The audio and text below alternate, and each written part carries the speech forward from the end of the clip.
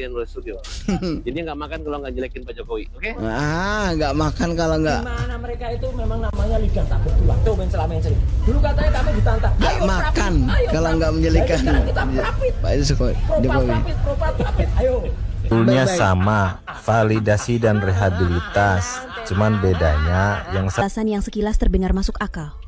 Tapi setelah dipikir-pikir lagi, justru muncul satu pertanyaan yang sulit dijawab. Simak cuplikannya. Assalamualaikum warahmatullahi wabarakatuh. Kembali lagi bersama saya di channel Mat Pentol. Teman-teman, apa kabar semuanya? Mudah-mudahan selalu senantiasa sehat walafiat. Dan sekarang ini kita masih membahas tentang perdebatan, percekcokan, dan perihal tentang Prapit ketiga menuju gugatan Prapit yang ketiga. Wah, yang ketiga nih. Jadi tersangka dalam kasus fitnah dan pencemaran nama baik, yakni Roy Suryo, terkait dengan tudingan ijazah palsu mantan Presiden Joko Widodo, belum sepenuhnya menyerah bertarung di pengadilan terkait perkara utamanya yang menunggu untuk disidangkan di Pengadilan Negeri Jakarta Timur. Mengingat berkas perkaranya sudah dilimpahkan. Kemudian ada lagi yang akan kita reaction nih tentang apa? Pak Ugroseno yang sekarang katanya ya tidak bisa nyenyak tidur nih. Setelah kenapa? Setelah bergaul dengan Roy Panci. Tanpa panjang lebar lagi, yuk kita langsung aja ke video yang pertama. Yuk, let's go. Bismillah. Tetap namanya mencuri. Ibaratnya mencuri. Saya mencuri data dari Bang Gafur. Saya minta maaf, tapi kan datanya sudah sempat di saya, sudah sempat juga mungkin disebar ke orang, sudah sempat ada banyak mendownload. Dan per hari ini Dian Sandi-Uta di-download atau sudah diunduh sebanyak hampir 9 juta. Jadi artinya kenapa ada memilih satu orang di antara 9 juta itu, yang kemudian saya pun bisa dibuktikan tidak ada akses saya langsung terhadap datanya Dian Sandi, karena saya nggak punya akun, X. Saya hanya menyatakan itu dari media massa. Orang yang membaca melalui media massa, dan apalagi itu adalah data publik sesuai dengan apa yang sudah disampaikan penelitian oleh Pak Bonatua dan kawan-kawan, termasuk juga Bonjo. Jadi artinya dengan adanya fakta-fakta ini, termasuk fakta persidangan ahli dan tidak ada saksi di peradilan yang kedua, kami mohonkan kepada hakim tunggal itu untuk menggunakan benar-benar pikiran dan kebijakannya, karena hakim itu kalau sudah menyampaikan putusan, itu adalah putusan yang harus diikuti oleh semua pihak, dan moga-moga itu akan menjadi keputusan yang terbaik pada hari Senin tanggal 20 Juli tahun 2026 jam 1 siang. Dan sedikit saya tambahkan, kami juga sudah kemarin, kami sudah memasukkan pada hari Kamis permohonan pra-peradilan yang ketiga, dan pra-peradilan yang ketiga ini insya Allah kalau itu insya Allah akan juga kita memperoleh hasil yang sama seperti pra-peradilan yang pertama. Kenapa? Saya nggak bisa bocorkan apa permintaan kita, tapi permintaan kita tuh ada hubungannya memang dengan pra-peradilan yang pertama.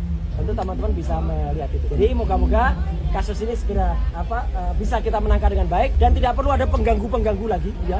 Pengganggu yang kemudian merecokin sidang ini, termasuk seperti sidang pertama ada penyusup yang datang, kemudian tidak perlu lagi ada orang yang ikut. Sebenarnya yang melaporkan selain Pak Jokowi itu kan ada Lecumanan, ada Maret sama Sweken, dan ada juga Andi Kurniawan. Itu pun sudah tidak jalan lagi, sudah gugur. Jadi kalau sudah gugur, mereka nggak bisa lagi kemudian datang dan kemudian juga untuk mengaku-ngaku, oh saya kuasa hukum ini. Anggap saja kafilah berlalu. Kafilah berlalu kalau kemarin kaosnya hitam, sekarang kaosnya putih. Itu aja. Kabeh ya gitu.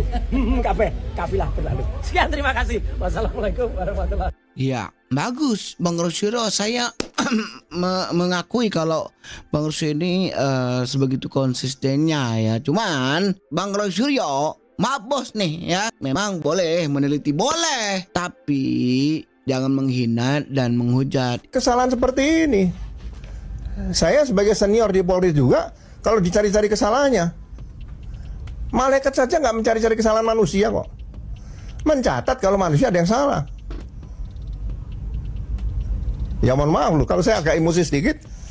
Ya. Oh, emosi pak. Jangan emosi bro. Kita ini Jangan emosi bro. Ya. Kau juga mencari-cari kesalahan orang. Kesalahan Pak Jokowi lo cari-cari, cuman kena begini aja, cuman sekecil kayak gini, kau udah marah-marah, udah emosi ya. Gimana Pak Jokowi ya? Pak Wirawan ini tidak minta dihormati.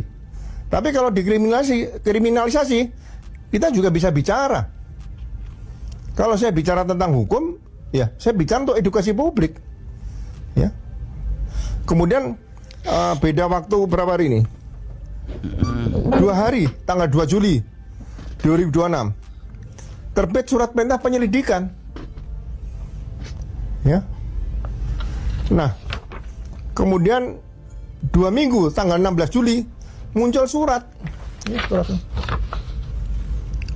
Surat panggilan undangan klarifikasi kepada warga masyarakat. Karena saya lihat di sini ada permasalahan yang disampaikan, yaitu bunyinya hadir karena ada penyelidikan terhadap dugaan tindak pidana korupsi dalam proses hibah tanah dan bangunan barang milik negara Polri atau Asrama Sepolwan di Jalan Ciputat Raya nomor 41 Jakarta Selatan, serta pengadaan tanah pengganti di Lembang tahun 2010 sampai 2014. Tidak ada pengadaan tanah pengganti.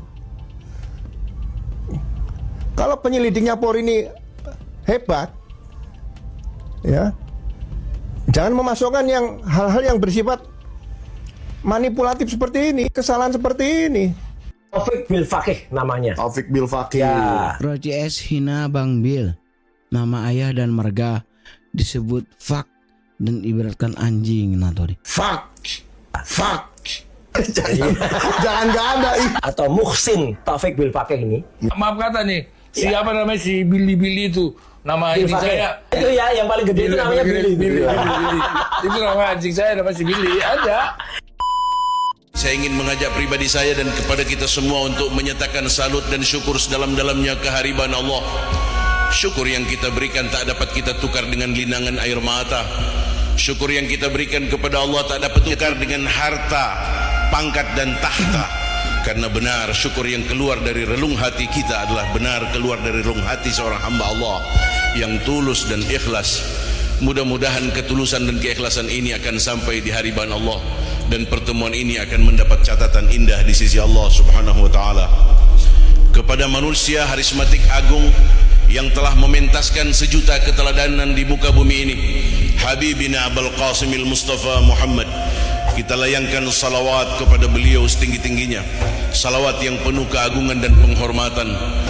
Manusia ketika dicetak Ya. Jadi ternyata beliau seorang agar ulama kita tetap ya. Kita lihat ya komentarnya orang-orang nih. Nah, 4 orang ini tukang hina. Semoga mereka cepatnya ditangkap betul. Ya, amin. Bisa jadi negara paling hebat Indonesia kalau berani menangkap orang-orang begini. Ya nih. Harus dilaporkan lagi tuh penghinaan dan perbuatan tidak menyenangkan. Benar. Udah aku bilang mereka bisa begitu. Iya bisa begitu, cuman ini bisa apa?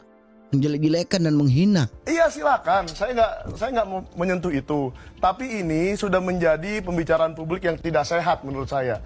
Ngapain kita mempersoalkan masalah seseorang yang tidak menjadi pejabat publik? Ijazah Jokowi itu kita persoalan karena pejabat publik. Gibran itu dipersoalan karena pejabat publik. Roy Suryo waktu menteri udah S3 belum di UNJ? Belum. Nah, itu langsung kita tanyakan ke Bang Bil. Jadi itu menarik nih, ya. Ijazahnya nggak dipakai. Menarik karena kata Bang Michael ini bukan pejabat publik, tapi ngapain diulik-ulik nih? Iya. Bang Bil. Roy Suryo adalah pejabat publik yang menggiring publik untuk mempercayai dia, ya. Dia figur publik loh, dia figur publik yang menggiring publik untuk mempercayai dia bahwa ijazahnya Pak Jokowi palsu, Gibran bermasalah. Kita disuruh percaya sama orang yang ternyata punya masalah secara akademik. Begitu juga waktu itu Rismon. Energi kita itu dipertontonkan untuk mempercayai orang yang ternyata dia punya masalah akademik juga. Bang Bil. Yes. Bang Bil. Jadi kalau seandainya disederhanakan sebenarnya motivasinya apa? Akhirnya ijazah S3 ini, S3-nya Roy Suryo akhirnya diusut oleh Anda itu sebenarnya apa? Ya, pertama karena motivasinya begitu kita tahu bahwa dia punya masalah secara akademik dan dia sebagai figur publik yang kemudian menggiring kita, maka kita juga harus kemudian melihat lo ngorek-ngorek orang tapi Anda sendiri ternyata bermasalah gitu kan. Artinya kita harus menegakkan juga, harus adil juga dong. Hey UNJ, coba dong gentle seperti UGM. UGM itu berkemampuan untuk memberikan klarifikasi. Sampai sekarang UNJ tidak. Soalnya Mas Roy Suryo ini punya banyak pengikut yang seolah-olah mendewakan dia, yang seolah-olah sangat akademis, yang sangat pakar, tapi ternyata juga punya cacat moral ketika dia menjadi seorang mahasiswa. Inilah yang harus kita tuntut. Makanya apa yang akan kalian lakukan UNJ? Kalau mau cabut kan memang ada mekanisme, tidak bisa mencabut gelar. Kalau cabut gelar itu kan harus karena ada plagiat, kemudian yang kedua karena dia punya tindak pidana luar biasa. Nah sekarang itu urusan berikut. Tapi coba kita juga bisa menganalisa, ternyata temuan kami terbaru hari ini hampir 90% ada isi plagiarisme yang ada di disertasinya beliau. Kita coba buktikan ya, ntar lagi ya. UNJ yang bikin press conference itu enggak ya Prof ya? Kalau soal itu. Iya. Malah sebaiknya nggak usah aja Prof. Daripada nanti malah diseret-seret. Ya saya aja nanti. UNJ yang bikin press conference itu enggak ya Prof ya? Kalau soal itu. Iya. Malah sebaiknya nggak usah aja Prof. Dari Sebaiknya nggak usah aja katanya Neng ya. Kok ngatur-ngatur ya Suryo? Pengkajian, ya saya ya secara pribadi itu melakukan pengkajian itu kepada objek-objek digital.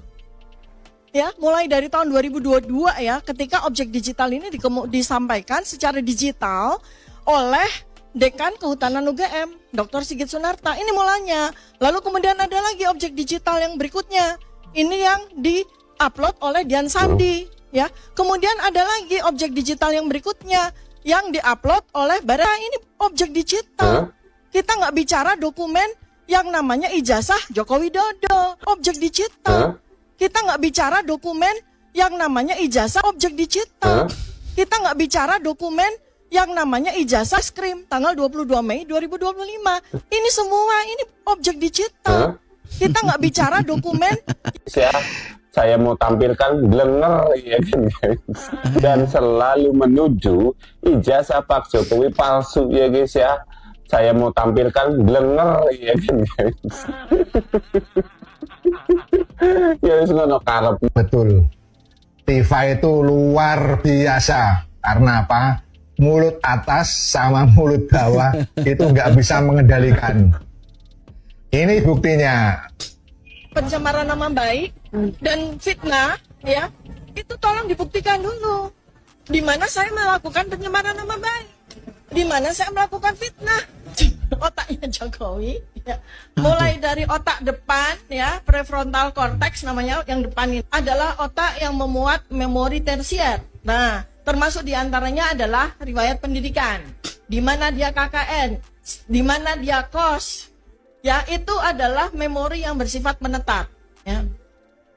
Nah, ini saya berikan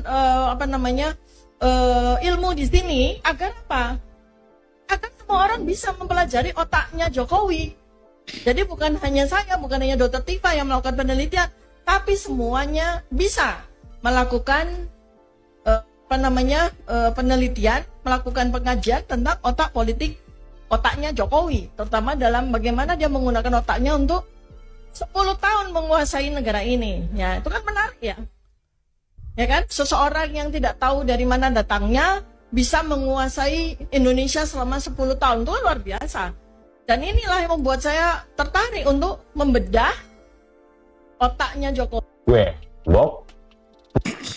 Parah nih orang. Iya. Ya misalnya saya nggak pernah lihat Pak Jokowi pakai kacamata begitu. Kemudian bentuk gigi seperti kan kita bisa lihat seperti itu. Kemudian begitu digambar bentuk telinga, mata, pintas kita lihat banyak perbedaan seperti itu. Kesalahan seperti ini, saya sebagai senior di Polri juga kalau dicari-cari kesalahannya. Nih mulai satu persatu orang yang membenci Pak Jokowi. Ini aib-aibnya lagi ditelanjangin nih. Dan satu lagi yang penting, saya dititipi pesan oleh Universitas Negeri Jakarta, yaitu oleh Prof. Ari Satono. UNJ tidak akan menggelar konferensi pers atau menggelar statement resmi, tidak perlu. Beliau menyerahkan, sudah Mas Roy saja yang sampaikan. Jadi saya menyampaikan ini sekaligus membantah apa yang dilakukan oleh saudara Richard Huta-Julu dan saudara Bill Fakih.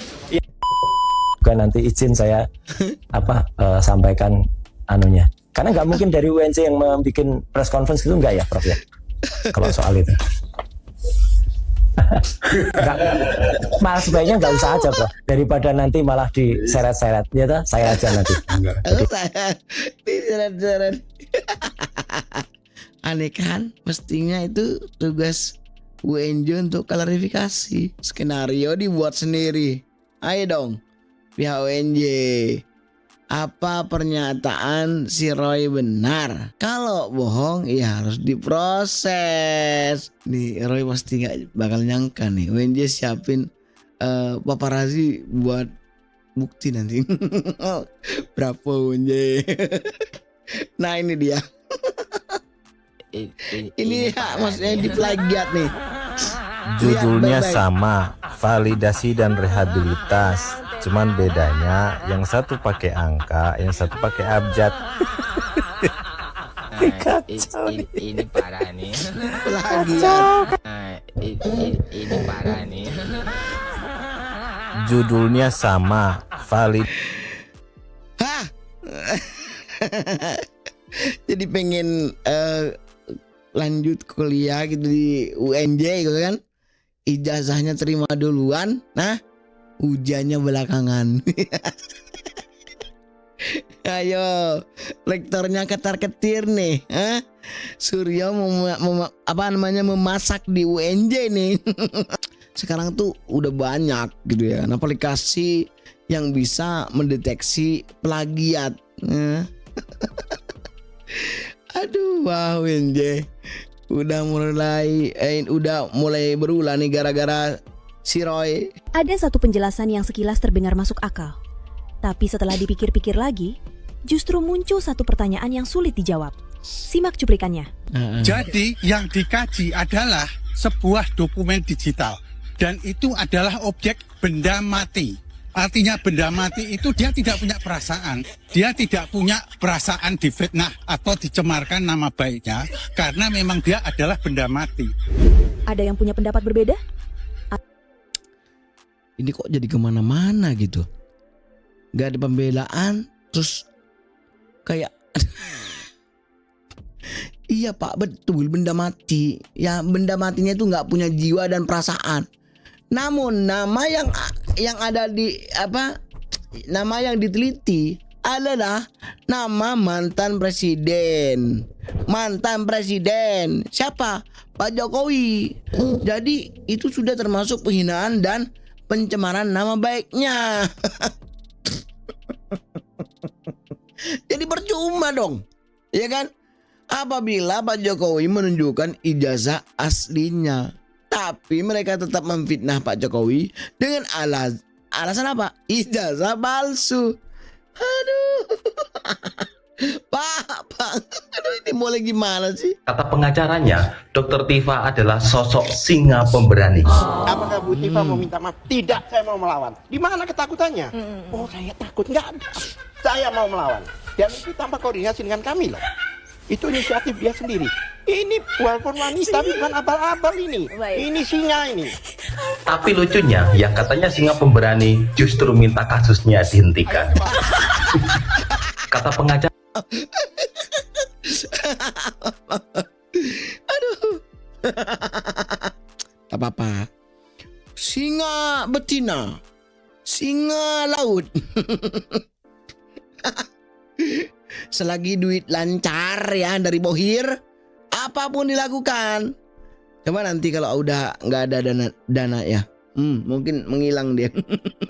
Menghilang dari land. Hari ini yang paling penting sebetulnya adalah sesi yang terakhir ya teman-teman ya, masyarakat Indonesia.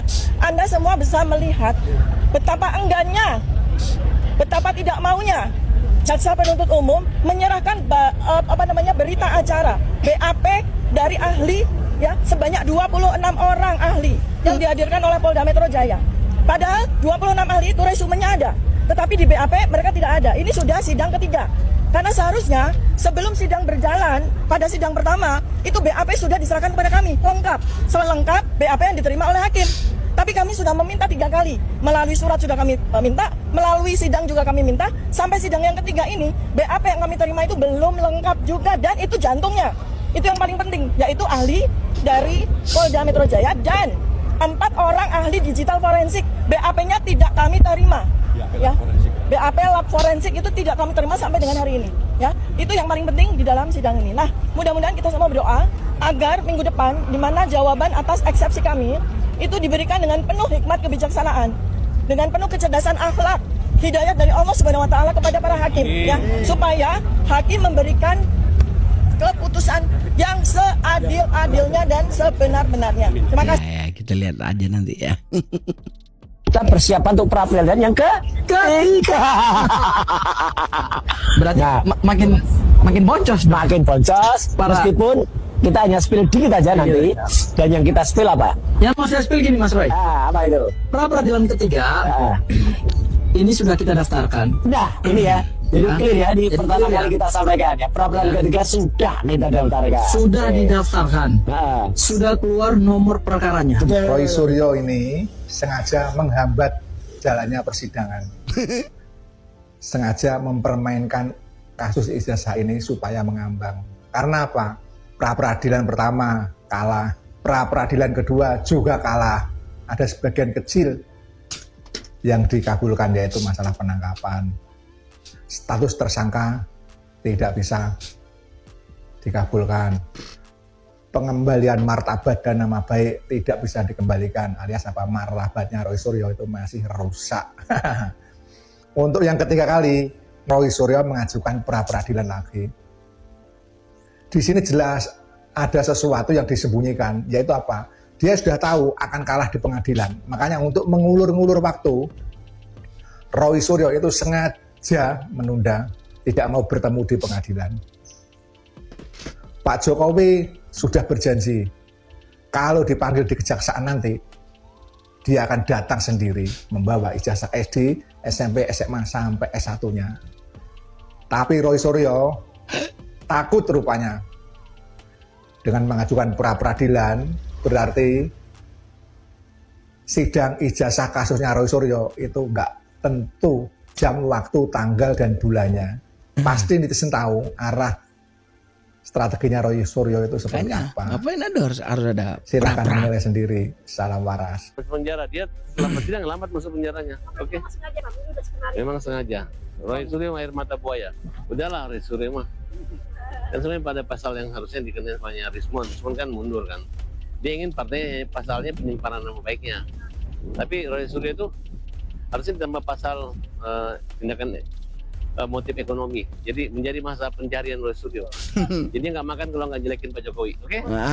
Nggak makan kalau nggak. Gimana mereka itu memang namanya lidah tak bertulang. Tuh main sering. Dulu katanya kami ditantang. Nggak makan kalau nggak menjelikan. Pak Jokowi. Profit. Ayo. Itu gimana? Katanya dulu nantang profit.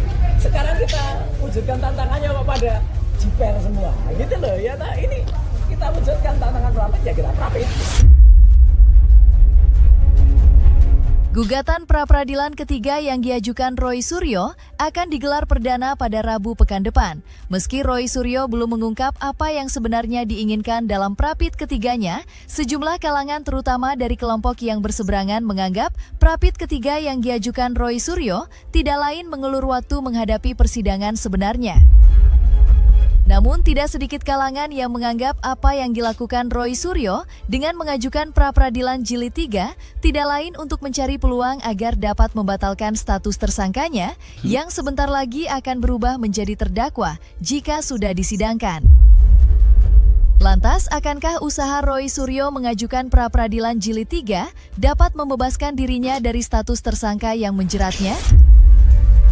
Kami juga sudah kemarin kami sudah masuk pada hari Kamis permohonan pra-peradilan yang ketiga, dan pra-peradilan yang ketiga ini insya Allah kalau itu insya Allah akan juga kita memperoleh hasil yang sama seperti pra-peradilan yang pertama. Kenapa? Saya nggak bisa bocorkan apa permintaan kita, tapi permintaan kita tuh ada hubungannya dengan pra-peradilan yang pertama. Tentu teman-teman bisa melihat itu. Jadi moga-moga kasus ini segera bisa kita menangkan dengan baik dan tidak perlu ada pengganggu lagi, ya, pengganggu yang kemudian merecokkan sidang ini, termasuk seperti sidang pertama ada penyusup yang datang, kemudian tidak perlu lagi ada orang yang ikut.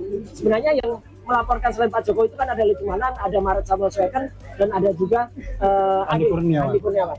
Itu pun sudah tidak jalan lagi, sudah gugur. Jadi kalau sudah gugur, mereka nggak bisa lagi kemudian datang dan kemudian juga untuk mengaku-ngaku, oh saya kuasa hukum ini, kuasa hukum ini. Anggap saja kafilah berlalu. Itu tidak akan berpengaruh apa-apa terkait bukti di Prapit itu, karena di situ bukan pengujian barang bukti. Saya sangat justru mencurigai Tifa dan Roy ini memiliki agenda politis untuk menghancurkan Pak Jokowi, entah motivasinya karena sakit hati, iri, atau karena dibayar orang atau dijadikan pion orang dan sebagainya.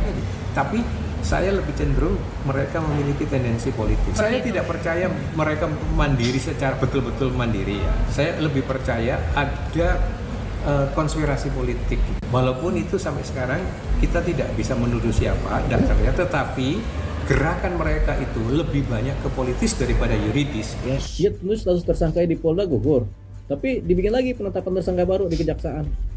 Kan jaksa kan sudah pegang tuh bukti-buktinya, 2 alat bukti yang sah dengan keterangan saksi. Jaksa tinggal bikin surat penetapan tersangka baru. Mustahil itu. Mustahil lah Roy Suryo, Mas Roy, itu bisa memenangkan pertarungan kali ini karena ini penetapan tersangka. Ya, kalau penggeledahan mungkin ada celah, dia bisa menang dan diputuskan secara adilnya sesuai dengan komplain mereka. Masuk akal. Tapi kalau berbicara Prapit yang kedua penetapan tersangka, saya rasa ini salah alamat. Ya, ini hanya akal-akalan. Kita udah lihat kok akal-akalan. Nanti katanya setelah 32 ini dia mau masuk Prapit lagi pasal 35 kalau nggak salah ya, gitu ya. Iya. Nah, ganti-ganti pasal-pasalnya dulu dia persoalkan, menang kalah urusan kedua, yang penting ada spare waktu. Nah, paling tidak kalau Ibu Tifa mungkin didatangi Pak Jokowi, kalau Roy Suryo ngapain didatangin Pak Jokowi? Nggak penting dia.